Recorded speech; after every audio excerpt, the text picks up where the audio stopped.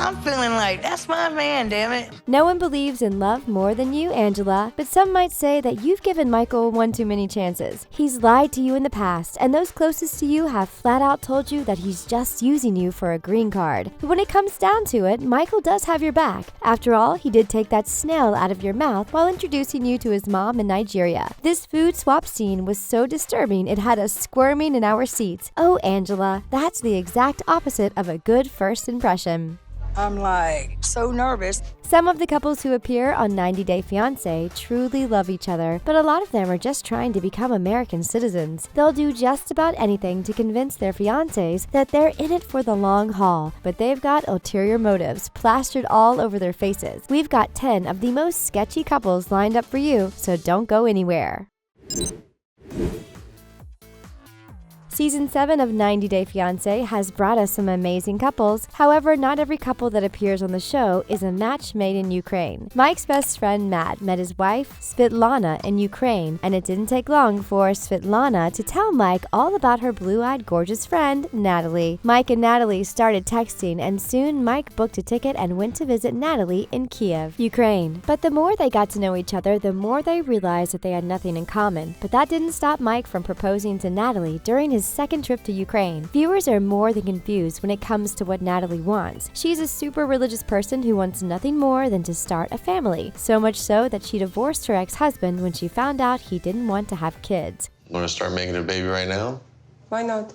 Problem is, Mike would rather believe in aliens than a higher power. He's $30,000 in debt, and he doesn't see himself becoming a dad anytime soon. And yet, Natalie was bummed when her K-1 visa was denied. Things are shaky between the couple, and to make matters worse, Natalie revealed that she doesn't love Mike in the most awkward interview of all time. And it would be a lie from my side to say I love him.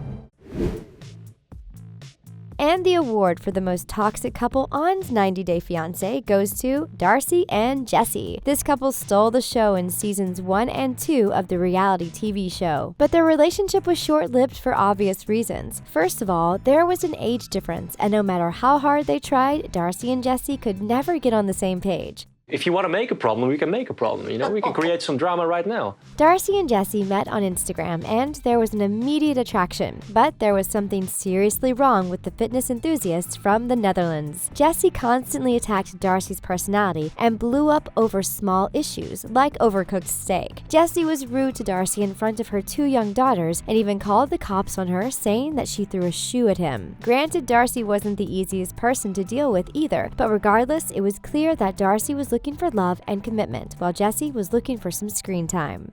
I'm a very loving man, and I tried my best.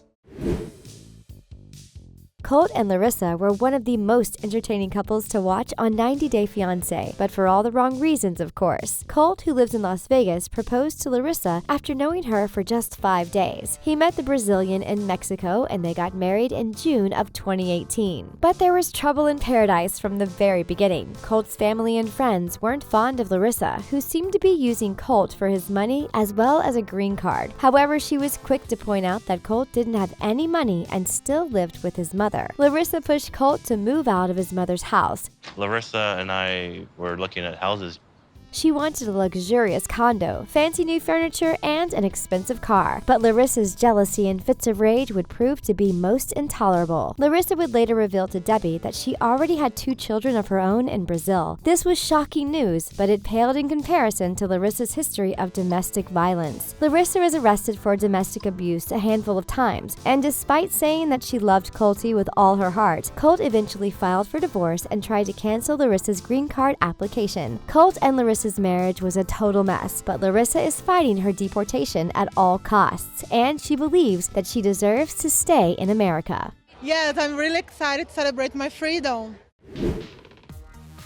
It's surprising to find out that Eric and Leida from season 6 are still together as of early 2020 because, well, their relationship hasn't always made sense. Eric and Leida first met in Indonesia, and after spending just 2 days together, Eric popped the big question. Eric, a 40-year-old single father from Wisconsin, was smitten by Leida, a 29-year-old single mother from Jakarta. Leida's K-1 visa was approved, and she soon moved to Wisconsin, where she eventually married Eric. But Leida and Eric came from very different backgrounds. background. Whereas Leida's family was super wealthy, Eric was the opposite. When Leida first stepped foot in his apartment with her young son, she couldn't believe the state it was in. Turns out, Eric's 20-year-old daughter, Tasha, had left it super messy. And I told her to clean up, knowing that you were coming. It's not even clean. Leading to a huge argument, Eric chose Leida over his daughter, choosing to kick her out to prove to his future wife that she was his priority. This stunned viewers everywhere. But what was most shocking was how Leida wanted Eric to stop paying child support. Leida continuously threw her family's riches in Eric's face. She boasted about her first wedding and how beautiful it was. Although Eric and Leida are still married, some viewers are certain that Leida used Eric to become a U.S. citizen.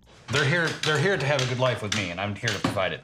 Hey you! Are you subscribed to The Things yet? We post weekly videos about your favorite reality TV shows, so hit subscribe and click that bell for more. If you're watching on your phone or tablet, go into your YouTube settings and turn on notifications. This way you can stay up to date with reality dating shows like 90 Day Fiance and The Bachelor. Now let's get back to our video. Anyone who watched season 2 of 90 Day Fiance will surely remember Mohamed and Danielle because, well, their relationship was icky and destined to fail. Mohamed, who was from Tunisia, met Danielle online and quickly convinced her that he was the real deal. So much so that she applied for a K-1 visa and brought him over to Ohio. At the time, Danielle was 41 years old and Mohamed was 26, but the 15-year age gap didn't seem to bother them. Once in America, Mohamed would find out that Danielle was broke and pulled a fit.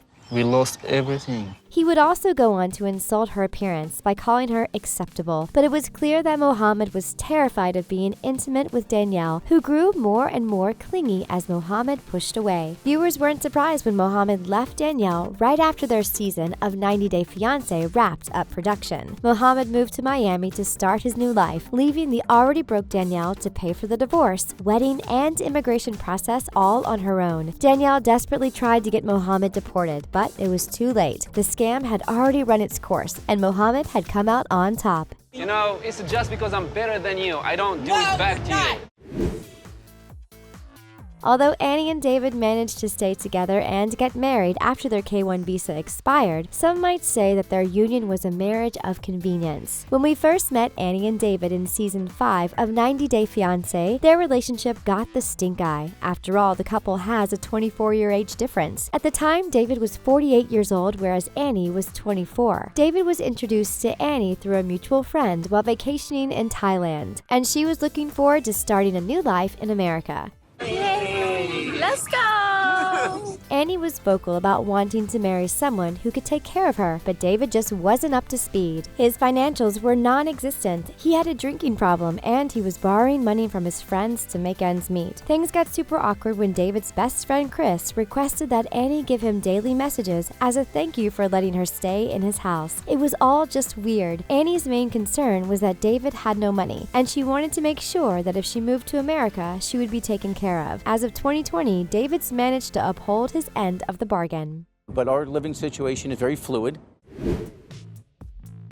Paul and Karine first appeared in seasons 1 and 2 of 90 Day Fiance before the 90 days. Karine, who is from Brazil, met Paul from Kentucky online, but their relationship was flawed from the get-go. First of all, Paul refused to learn Portuguese, which made communicating with Karine and her family super difficult. While Karine eventually picked up some English, these two just couldn't see eye to eye. Since me and Karine have been apart, some big trust issues have developed in our relationship. Paul didn't trust Karine and accused her of cheating on numerous occasions. He found out that she was talking to other American men too, but even then they chose to get married so that Karine could come and live in Kentucky with Paul. Things between them got even more complicated after Karine got pregnant and gave birth to their son Pierre. In late December of 2019, Paul took to Instagram to reveal that Karine had officially begun filing for divorce. You're determined not to talk, aren't you?